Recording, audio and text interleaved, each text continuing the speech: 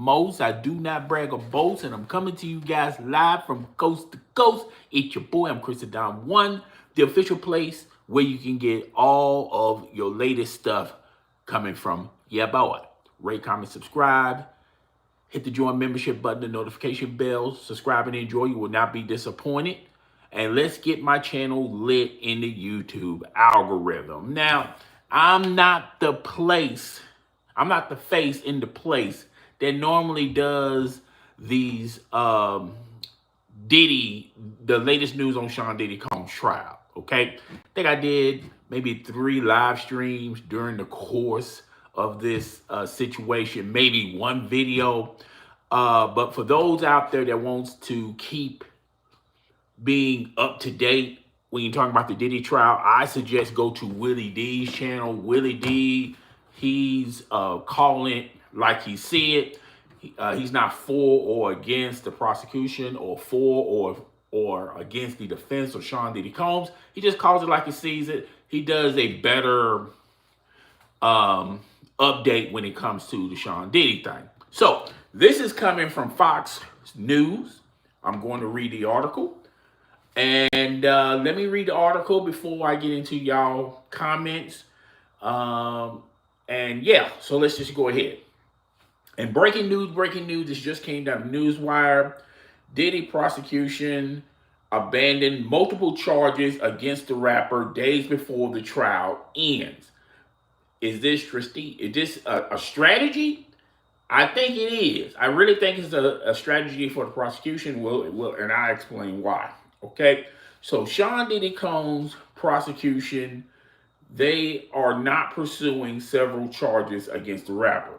Just days before closing arguments are set to begin in the trafficking and racketeering trial. The government indicted a letter to the judge filed Tuesday, which was obtained by not only TMZ but Fox News, that the theories of attempted kidnapping, attempted arson, aiding and abetting trafficking, they will not pursue. Okay, the government understands the court desire for have it streamlined with instructions. With that in mind, the government has suggested ways to streamline these instructions. The letter, as this is what it said in the letter. The government has removed instructions from charges relating to attempted kidnapping under both California and New York law, attempted arson under California, and aiding and abetting trafficking. The government is no longer planning to pursue these theories.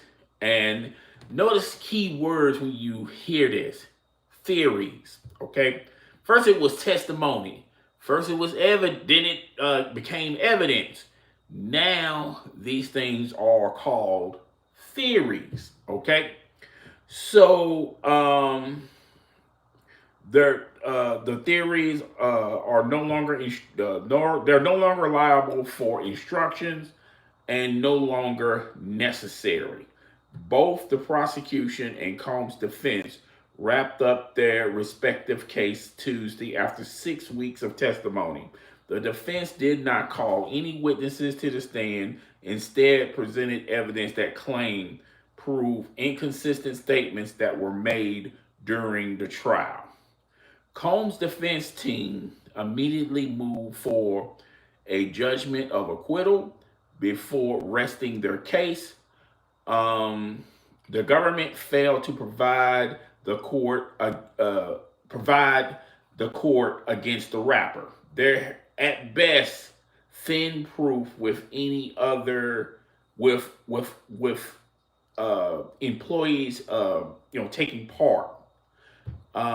Said before, and there is no evidence that believed he was involved, which he is Sean Diddy Combs, in trafficking What's up, William? How ya doing? I'm doing fine. Okay. The jury spent the last 6 weeks hearing testimony from Combs' ex-girlfriends, ex-employees, witnesses that were involved in the investigation.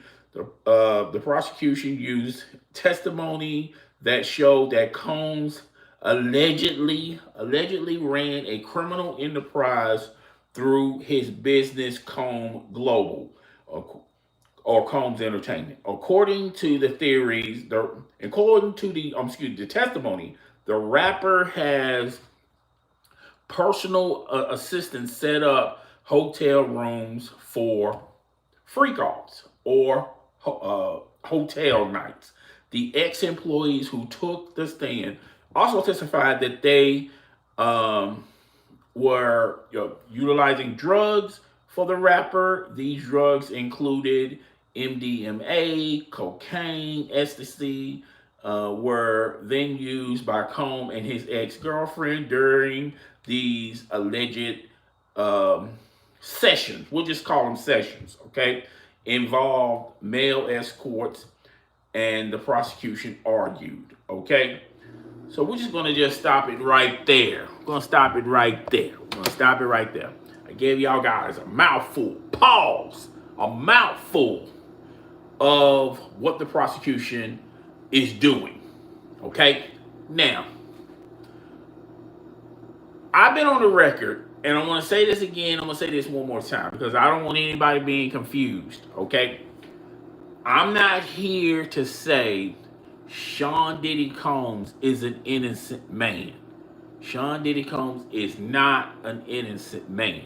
If you want to charge him for using drugs, he's guilty of that.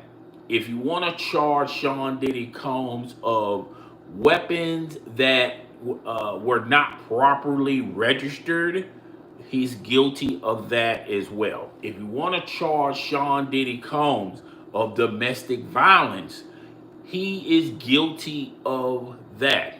But Sean Diddy Combs, and I said this day one about this RICO thing, I think the government is using RICO like it's going out of style. They're RICO on everything. And the three things they talked about in making a RICO is the arson, the kidnapping, and the trafficking. Okay, and of those three things, the government hasn't proved without a shadow of a doubt that this is a RICO. Is it? Did they happen? Of course they happened, but not on a grand scale of a RICO, because, and they're also using Sean Diddy's company, Sean Diddy's enterprise, as the spearhead of him doing these RICO. Now, let me tell y'all something. The basic argument of a RICO. RICO was used for drug mobsters or mobsters in general to convict them. If you had three or more crimes, you committed three or more crimes in a organized or unorganized enterprise, they can charge you for a RICO. This is normally for gangs, drug cartel, mobsters, okay? But with this case in general, you can't say that Sean Diddy Combs, you should indict him for a RICO. Because let's look at the trafficking. Let's peel it layer by layer. Let's look at the trafficking. Did he pay for escorts? Of course he did. But in a lot of the testimony and in a lot of the stories coming from the court proceedings, a lot of these escorts, a lot of these models were used for the entertainment of the females. I'm not here to tell you every party was like that, but the parties that they listed to tie this RICO together, that benefited the females. Okay, Now, did Sean Diddy Combs get some enjoyment out of it? Yes. Is Sean Diddy Combs a cuck? Yeah, he's a cuck. Is he a simp? Yes, he's a simp. Is he a devious male? Yes, he's a devious male. Okay. Is he freaky? Yes, he likes his freaky, freaky, freaky. Okay. But you can't then turn around and say that this is a crime, being freaky. There's really not a lot of laws. There are some laws out there, but there's really not a lot of laws that are on a federal level. That now Sean Diddy Combs, was flying in escorts, male and female, and not only it benefited Sean Diddy Combs, but it benefited his freak offs. And these freak offs were like orgies, and people were taking part of this, and Sean Diddy Combs was profiting off of these things, then yes, you can charge him for X trafficking. But in a lot of these cases, it was really the entertainment of only one person, and that is Sean Diddy Combs. So you can't say that he was running a criminal enterprise when the only benefactor of this was Sean Diddy Combs. It wasn't like, before this trial even was set or even started, there was rumors out there that suggested they had these secret tapes. They had celebrities taking part of these parties, these Diddy parties. Ain't no party like a Diddy party. They had, business leaders, politicians. It was on a large, grand scale. Now, in the beginning, I thought that this was going to be the X trafficking. Out of all the charges, this was going to be the one that's going to nail Sean Diddy Combs, because he's profiting off of the X trafficking. But when you hear the testimony through these trials, the only person that really benefited from this was Sean Diddy Combs, of his enjoyment. And a lot of these models that he was flying out were male escorts. And a lot of these incidents, the male escorts were, pleasuring his girlfriends. Now, he was getting some enjoyment off of it, but this wasn't no criminal enterprise. Arson. They said the arson thing. And that was the Kid Cudi story. We all heard the rumors about Sean Diddy Combs was mad at Kid Cudi, and he allegedly, he or someone threw a Molotov cocktail in his Porsche or in his vehicle, set the seat on fire. Okay? If you want to call that jealousy, or he was in a jealous rage, or if you want to say that, you can say that, someone who hasn't really really doesn't have a criminal record. Now, if Sean Diddy Combs had a large, substantial criminal record, then this would be significant. But this is a multi-billionaire, and it can easily be explained that he was in a jealous rage. He didn't like Kid Cudi being involved with Cassidy. Cassidy, and ain't no telling, Cassidy probably showed a lot of feelings and a lot of expressions to Kid Cudi. Diddy didn't like it, and he threw a Molotov cocktail in the car seat. Lottie. Okay? Now, in that story, there was no paperwork filed of this, because allegedly Diddy paid off the police department, and I'm pretty sure he gave Kid Cudi an astounding amount of money to make this go away. And see, that's another thing. All these people that were involved, there was really no victims involved. And we'll talk about that a little bit later. So we talked about the X trafficking, we talked about the arson, and the kidnapping. Okay? Now, a lot of people can say, well, hey, hold up. He did, was holding on to Cassidy awfully much, and it wasn't like Cassidy had control to leave him. But in a lot of the testimony, Cassie was just a partner in crime with Diddy than a victim. She was a victim of domestic violence. She was a victim of coercion. Obviously, she has issues with drug. She was addicted to drugs at one point in time. And see, that's how you can paint the picture, not only for Diddy, but for Cassie. They were not in the right frame of mind. Neither one of them was in the right frame of mind. Okay? So, when you got all three of these charges and you're trying to tie them all together and say, okay, 3 federal charges, RICO. Okay? It's hard to do that. Particularly when you pay attention to the testimony, there's really not one thing of those 3 things that you can say 100% without a doubt, without a shadow of a doubt, Sean Diddy Combs committed this. He's committing organized crime, and it was trying to tie his enterprises to this RICO, because if they would have convicted him, found him guilty, now the government can take Sean Diddy's enterprise. The government can take his money. So they can say this was the only reason why he had this enterprise, and the only reason why he was making so much money was because of this criminal organization that the freak offs and this, that, and the third. Okay? So that would have been, not only Sean Diddy Combs would have spent the rest of his life in prison, but his family would have been penniless. They wouldn't, the government would have seized all the money. They would have seized all his assets. They would have seized all the houses and things of that nature.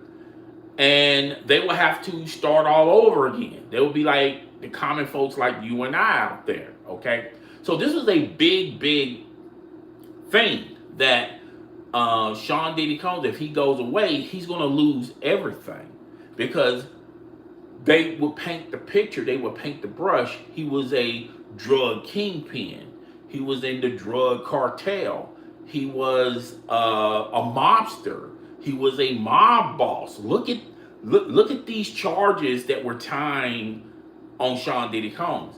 And during the whole trial, during the whole proceeding, it was like the prosecution was trying to connect 3 different stories that have really nothing to do with one another, trying to connect them into this big major movie. Trying to the X trafficking with him and the model, with the male models and Cassidy and the freak offs. They were trying to make this into a big thing, like this was a criminal enterprise. The arson, when he was in, and he wasn't in the right frame of mind, and I'm not excusing it. I'm definitely not excusing it. But when you look at the arson story, they try to tie the arson story with the X trafficking. 2 individual stories that really don't have nothing to do with one another. And it doesn't prove without a shadow of a doubt that Sean Diddy Combs is this big drug kingpin, or this big cartel boss, or this mob boss, okay? Hell, not even a terrorist, okay? And then when you tie in the kidnapping, it's kind of hard to prove that he hold people against their will, when a lot of people that they took to the stand, even though they were ex-employees, the only real reason why they have an issue with Diddy, because they no longer work for Diddy. That's it. Now, did Diddy use these assistants, these ex-employees, to, get his room ready, make sure it had plenty of his favorite drugs? Yes.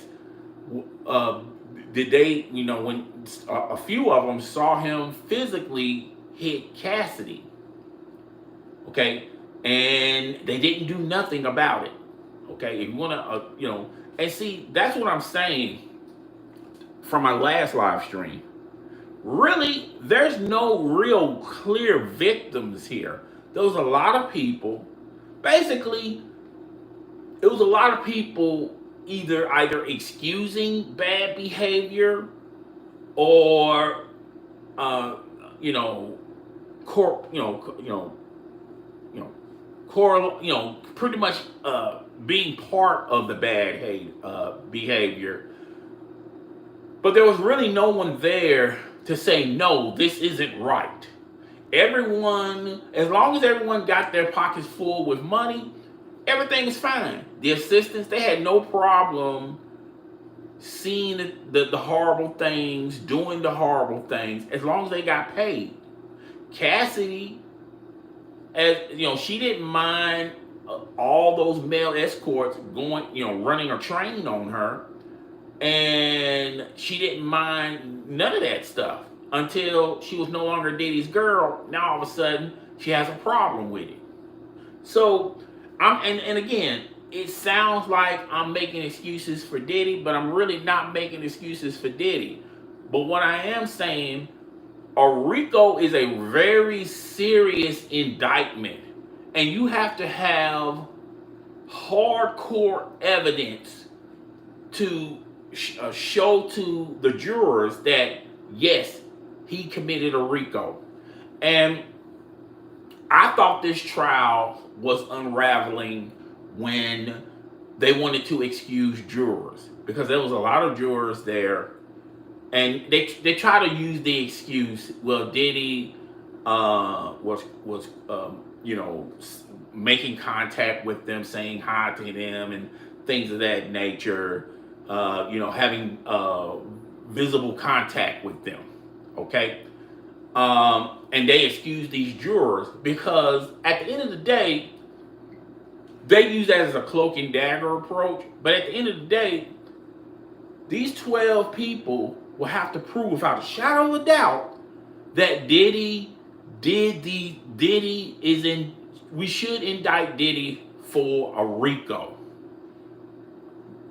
No ifs, ands, or buts. And I thought they would have been deadlocked if they would have kept the original jurors, because you need everyone to go guilty or not guilty. But there was one or two that was probably leaning towards Diddy is guilty of something, but he's not guilty of these crimes. If y'all want to say he's guilty of being a freak, fine. If y'all want to say Diddy was guilty of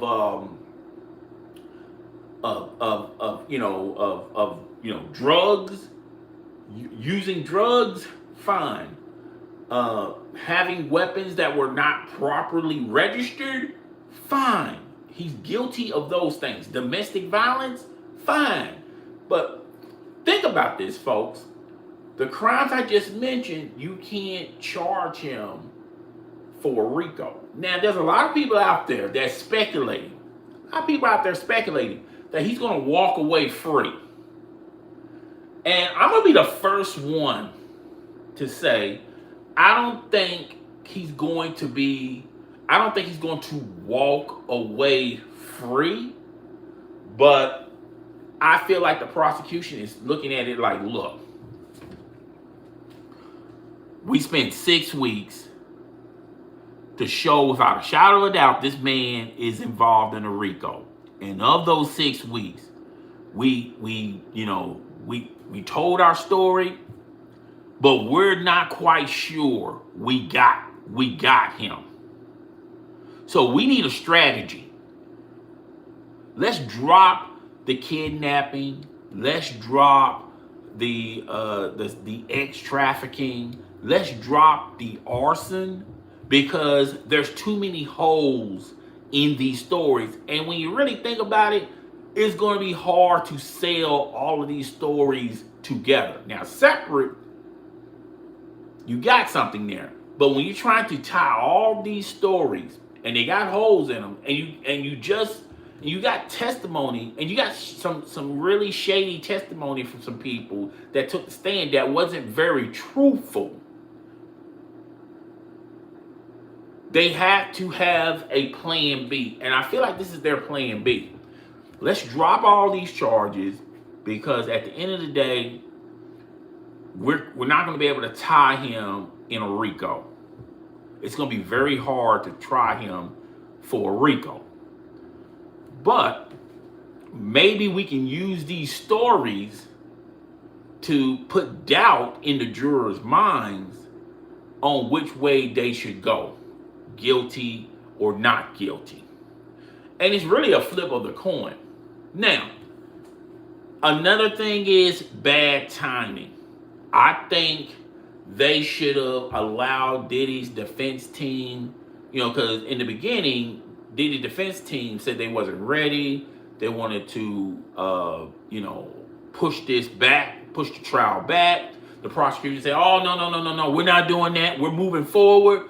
We got our stuff together. Just because y'all ain't got y'all stuff together, that don't mean nothing to us. Okay, we got our stuff together. We ready to go to court." And they got a judge, a judge that wanted, and you can clearly tell this judge want to be known for this trial. Because I'm gonna tell y'all something, folks. No matter if Diddy is guilty or not guilty, this is going to be a major movie 5-10 years down the road. And the people that are taking part in this proceeding, which is going to be the judge, the attorneys, the prosecution, the defense, Diddy, Cassidy, or this could be a major, either a big time movie that's going to be on television, a big time novel, podcast, merchandise. Everyone sees that this is going to make some tremendous revenue down the road. And everybody's trying to get their name established in this trial, because this is history.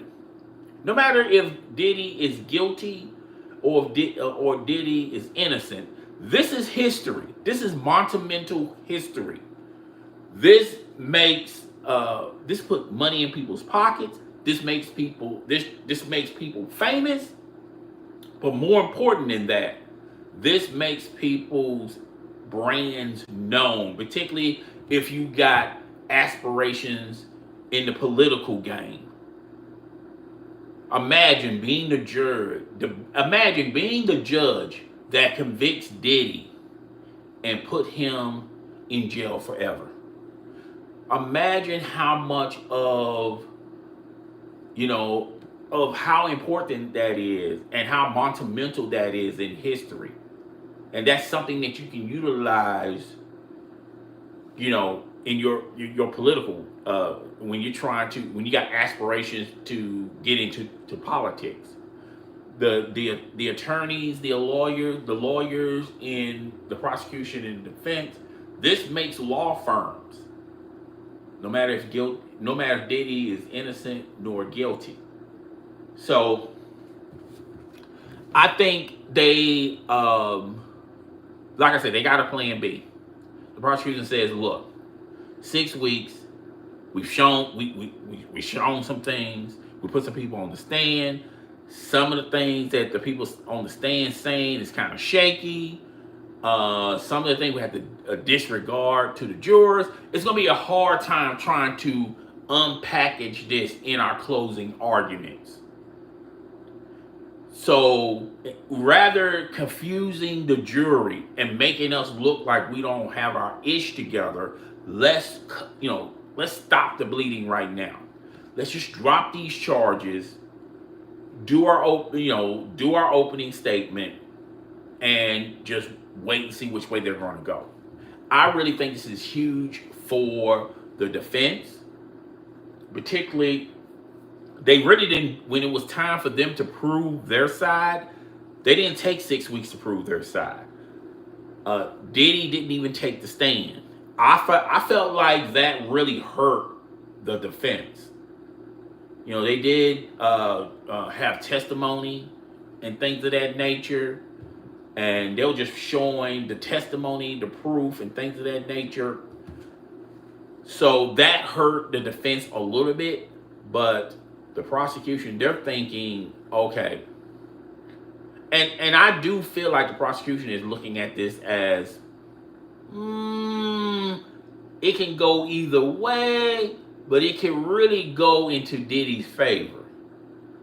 Because we really haven't proven that Diddy is this huge cartel or this mob boss.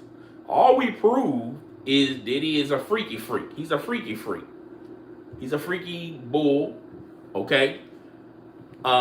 We prove that even though they didn't even put domestic violence in this, I felt like they should have tried that. But this isn't about domestic violence, because whatever you believe about domestic violence, domestic violence isn't as big as a RICO, because there are so many layers to a RICO that benefits the prosecution more so than domestic violence. But yeah, so that's what's going on. That's all I got. And one more thing. Like I said, I felt like the prosecution was feeling themselves like, hey, we're ready to prove our case.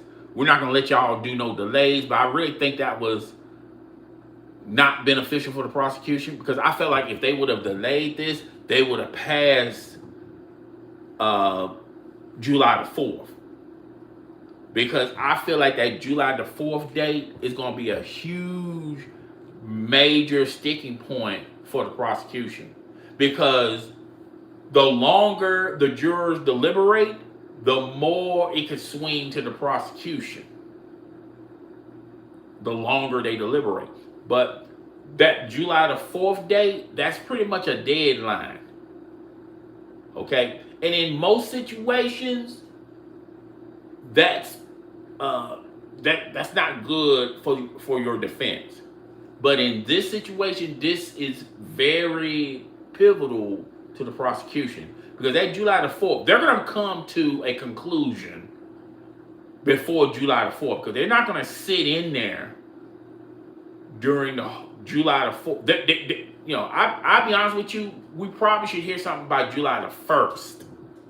Okay, before July the 1st come around the corner. But yeah, I think that July the 1st date is very pivotal. I think that really helps the defense. And I think they're gonna come to a conclusion, and I feel like it's gonna go down this way. Let's say A. I feel like they're gonna deadlock.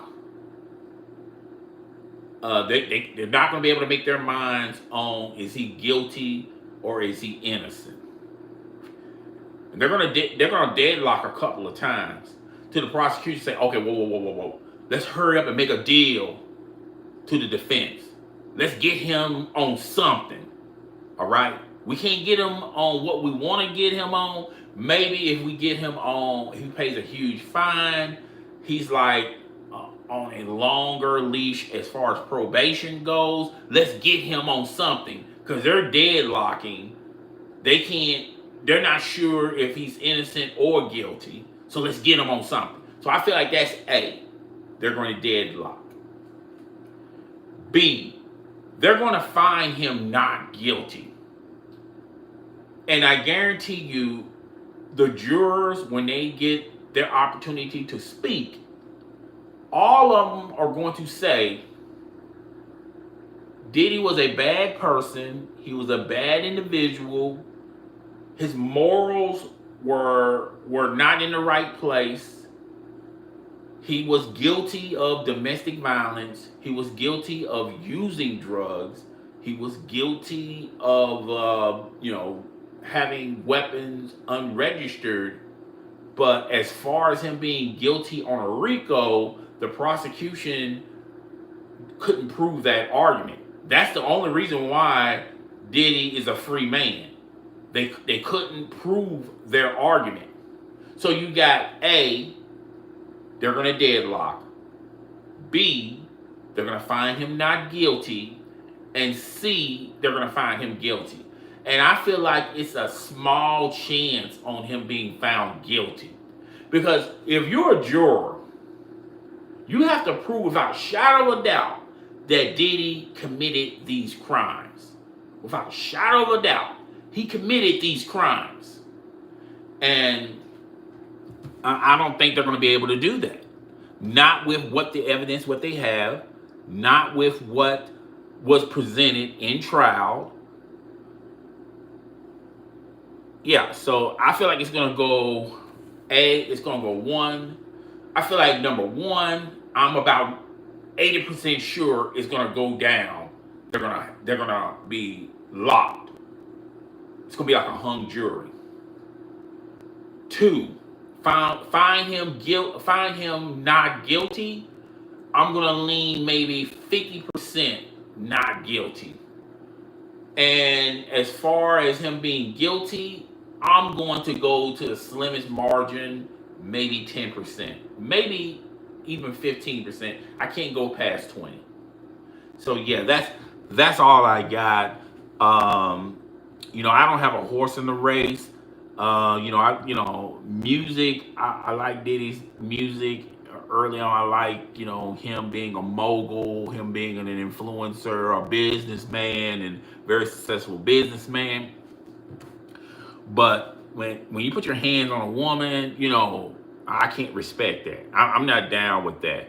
And I'm not down with using drugs. I'm not down with, committing crimes, So as far as that go, that's how I feel about Diddy. I feel like Diddy is guilty of a lot of things. But as far as this RICO goes, he's not guilty for RICO. And think about it, folks. If they are very successful in charging Diddy with a RICO, with providing little to nothing evidence, well, what that says about me and you out there. Because me and you out there, we don't have millions upon millions of dollars to prove ourselves innocent. That's the only thing that's keeping Diddy from spending the rest of his life in jail. Because he has the resources. He has the money. Okay? But yeah, that's how I feel about it. There was something else I was going to say, but I done totally forgot. I done lost my train of thought, man. But yeah, I would like to appreciate everyone that came into the live. William, Have, I appreciate you coming into the live. For those who are going to watch the rerun of this, be sure to hit the like button, comment in the comment section. The comment section is your guys' domain. Tell me if I'm right. Tell me if I'm wrong. Of course, a lot of you are going to say I'm wrong, but that's fine. You have a right to your opinion. And yeah, I'm about to get up out of here. But we'll definitely find out something before July the 1st. I feel like we'll find out something before July the 1st. Okay, it is June 25th. I feel like we'll hear something before July the 1st, and I definitely feel like we'll probably hear we'll probably hear something through the weekend, but definitely before July the 1st, we'll get an understanding. But yeah, that's all I got, guys. I'll see you guys in the next live stream. I'll probably go live again very, very soon. All right, it's your boy. I'm up out of here. Deuces, guys. Deuces.